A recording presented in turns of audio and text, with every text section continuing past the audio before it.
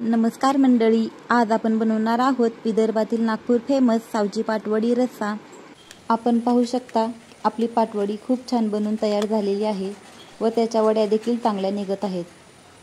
पाटवडी बनवण्यासाठी एका खलबत्त्यामध्ये 2 मोठ्या आकाराच्या मिरच्या टाकायच्या आहेत।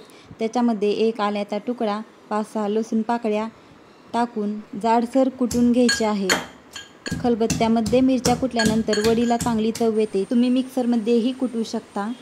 गॅसवरती पॅन ठेवून त्याच्यामध्ये 2-3 चमचे तेल टाकायचे। तेल गरम झाल्यानंतर त्याच्यामध्ये अर्धा चमचा जिरे टाकायचे। जिरे तडतडायला लागले की त्याच्यामध्ये बारीक केलेले मिरचीचे वाटण टाकायचे व 1-2 मिनिटांसाठी परतून घ्यायचे। वाटण कमी गॅसवर 1-2 मिनिटे परतून घ्यायचे व त्याच्यामध्ये 1 चिमूटभर हिंग टाकायचे आणि अर्धा चमचाला थोडीशी कमी हळद टाकायची। हळद टाकल्यानंतर चांगले मिक्स करून घ्यायचे आहे व गॅस कमीच ठेवायचा आहे। गॅस जर वाढवला तर हळद करपून जाऊ शकते। 1 वाटी बेसन पिठासाठी आपण येथे 1 वाटी पाणी टाकणार आहोत व अर्धा चमचा मीठ टाकून चांगले मिक्स करून घ्यायचे आहे। पाणी चांगले उकळून घ्यायचे व पाण्याला चांगली उकळी आल्यानंतर त्याच्यामध्ये 1 वाटी बेसन पीठ थोडे थोडे करून टाकायचे। 1 वाटी पाण्यासाठी 1 वाटी बेसन पीठ टाकायचे म्हणजे वड्या चांगल्या होतात। पीठ चांगले मिक्स करून घ्यायचे, नाहीतर बेसन पिठाच्या गुठळ्या होतात। बेसन पिठाच्या गुठळ्या होऊ नये म्हणून गॅस कमी करायचा आणि पीठ चांगले मिक्स करून घ्यायचे। आता त्याच्यामध्ये शिल्लक राहिलेले पीठ टाकायचे व चांगले मिक्स करून घ्यायचे। तुम्ही पाहू शकता पीठ चांगले मिक्स झालेले आहे। त्याच्यामध्ये थोड्याही बेसन पिठाच्या गुठळ्या तयार झालेल्या नाहीत। गॅस कमी करायचा व 5 मिनिटे झाकण ठेवून पीठ चांगले शिजवून घ्यायचे आहे।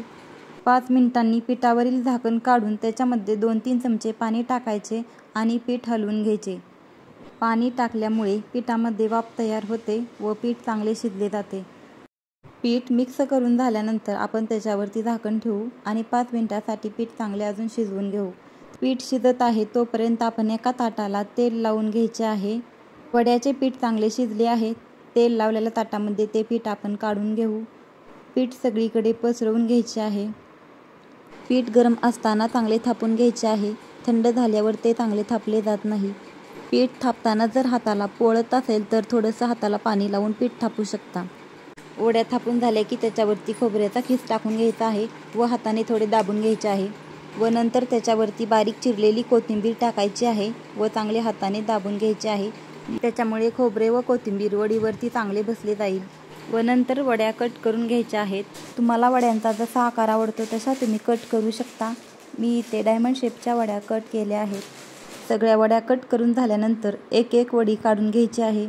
तुम्ही पाहू शकता वड्या खूप छान बनून तयार झाल्या आहेत। आता आपण पाटवडीसाठी बनवला जाणारा रस्सा बनवणार आहोत। पाटवडीचा रस्सा बनवण्यासाठी गॅसवरती पॅन ठेवून त्याच्यामध्ये थोडे तेल टाकायचे। 1 मोठ्या आकाराचा कांदा, 5-6 लसूण पाकळ्या व 3-4 अद्रकचे तुकडे त्याच्यामध्ये टाकायचे व हलवून घ्यायचे। 2-3 मिनिटे कांदा चांगला मऊ होईस्तोवर परतून घ्यायचा। त्याच्यामध्ये 1 छोटी वाटी खोबऱ्याचा खीस टाकायचा व अजून 2-3 मिनिटे कमी गॅसवर कांदा व खोबरे चांगले परतून घ्यायचे। कमी गॅसवर कांदा व खोबरे आपल्याला चांगला तांबूस कलर येईस्तोवर परतून घ्यायचे आहे।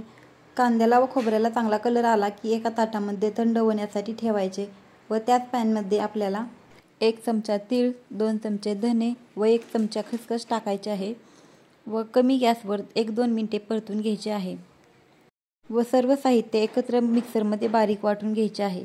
गॅसवरती पॅन ठेवून 4-5 मोठे चमचे तेल ओतायचे आहे। तेल गरम झाल्यावर त्याच्यामध्ये 2 तमालपत्रे टाकायचे आहेत व अर्धा चमचा मोहरी टाकायची आहे। मोहरी थोडी तडतडली की त्याच्यामध्ये अर्धा चमचा जिरे घालायचे आहे।